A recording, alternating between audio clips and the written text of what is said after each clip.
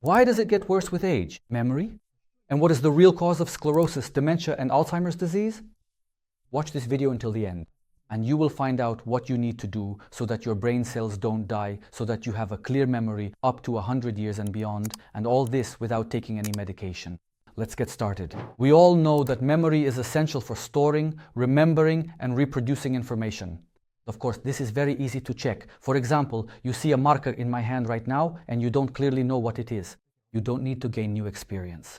It's the same situation, for example, when you pick up a chair. And you see, for instance, how your children learn. When you show them repeatedly that this is an object, the child remembers it and then learns how to use it. That's why we all need memory, so that we can quickly adapt and make the right decisions in our lives. And of course, memory is an integral part of our intellect. The more memory we have, just like in a computer, the better our intellect. Of course, as scientists tell us, our memory is affected, for example, by insufficient blood flow to the brain. Others say that this happens because, for example, you don't get enough vitamins B, D, or some others. Still others say that you have too little physical activity. A fourth group says there are some other reasons. So there are always theories, but there is no concrete answer as to what really worsens memory and why this situation happens to a person. And here is a very simple explanation. If you have observed, you might notice one simple thing. For example, when parents in a family get divorced, or when a child is transferred to another school, or when a woman or a man is left alone because someone close to them passes away, these people start to experience memory deterioration. And here, neither vitamins, nor blood supply to the brain, nor any of the things I mentioned earlier have anything to do with it. But one thing is important. Only one thing matters. It's contact. And if a person loses contact, it is precisely this that leads to their memory deteriorating. And this can be proven through research. I'll talk about this with examples. Before we continue, I'd like to remind you that only a comprehensive approach, which simultaneously takes into account the functioning of our physical body, which is controlled by our brain and aided by vision, hearing, smell, touch, emotional and tactile sensations. 1986, a scientist named David Snowden from, let me read and quote, the University of Kentucky began a research project that later became known as the Nun Study. The data was published in 2001. What was the purpose of this study? He wanted to prove that with age, changes at the brain level affect memory. He studied 678 nuns, aged from 75 to 107 years old. A huge number of studies and cognitive function tests were conducted, and so on. The life histories of these women were also examined. And most interestingly, after their deaths, their brains were also dissected. And what did the scientists discover? That all the nuns had brains that had undergone changes. There were atherosclerotic plaques, there were certain necrotic changes, and some had enlarged ventricles, which was related to impaired blood supply. But what was interesting? There were changes, but these women did not experience memory impairment. In other words, they had clear memory, up until the very last day of their lives. And here the scientists started to wonder, so what is the problem? So the fact remains, we thought the situation was like this, but it turns out there is no memory impairment. So what is the reason? Well, then they assumed that perhaps it was related to the fact that the neurons in these nuns began to regenerate, based on the fact that they were engaged in intellectual activity. That was the hypothesis. But what were the actual results? Later it was proven that it was specifically the loss of connection. What I'm about to explain, what connection means, led to the loss of memory. And these nuns had certain conditions created for them where they could restore this connection.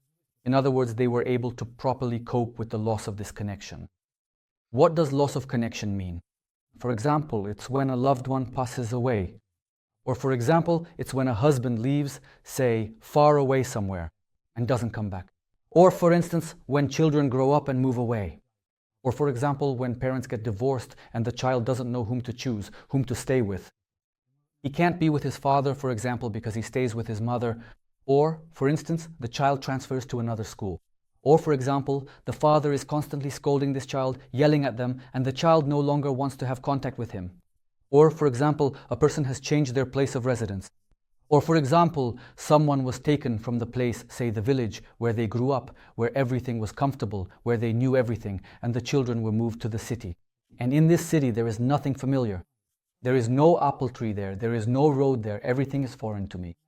That is, I lost contact with what I loved so much. And it's not just about things, it can be people too. I can no longer hug my daughter because she is already married. It seems like a good thing. I understand that it's good for her, but I can't do it anymore. I can no longer hug my husband. I can no longer hug my son. So it was precisely the loss of contact that became the trigger, which affected and continues to affect our memory, yours and mine. And what's important is that all these nuns ended up to that monastery after such tragic events when they lost contact. But by communicating with each other, constantly supporting one another, always hugging each other, and continually sharing their emotions and experiences, they created a closed space where they did not feel abandoned or alone. That is, they were able to process this loss easily, and then their memory would recover. But are there such examples somewhere else that we can verify? Yes, you can easily check this. All of us are biological beings. And for example, if we take an animal, a creature that has been separated from the herd, then for it, being separated from the herd or the pack is biologically equivalent to death. And so, in order for it to survive further, it actually loses its fixation memory so that it can more easily cope with this loss. The same situation occurs in humans. We are also, in fact, pack creatures. And if our society is structured in such a way that elderly people are sent to nursing homes and parents are not cared for, that is, we live thinking only about ourselves. This leads to the fact that our parents or children or friends or acquaintances or even we ourselves, when we lose contact with someone, begin to feel lonely and abandoned. And it is precisely this situation that triggers a defensive reaction. What kind? To make it easier for us to get through it, the brain. It doesn't allow us to remember these traumatic events. If such a situation keeps repeating and a person cannot restore this desired contact, for example, because the grandson has left and no longer visits his grandmother, every day he no longer runs around and you no longer hear that child's laughter. Right here, nearby, when I can no longer swap places with my husband because he is physically gone, or if some other situation has happened, there is no longer that job where I was significant, important, respected, where I constantly communicated with people. This is a loss of control. And if a person does not find a replacement for it, memory is lost. That's why scientists can find plaques at the level of the brain. They can find enlargement of the ventricles. They can talk about impaired blood supply. But this is a very simple study and simply your own observations. You will see that this is not what matters, but rather whether contact has been restored. That's why the main goal, in order to have a clear memory up to 100 years and beyond, is socialization. We must communicate with each other. Communicate with our relatives, our loved ones, our friends, our acquaintances. If the number of these people decreases, we need to find them. Don't constantly think and worry, oh, now I can't hug her because that was my only son. Yes, you had one son and he, for example, may have died. But in that case, you can find another child who also needs love.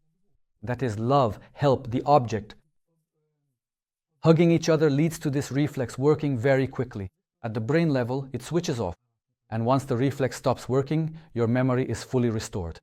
And please pay attention to people who live to be 100 or more years old and have a clear memory. They all live within a community.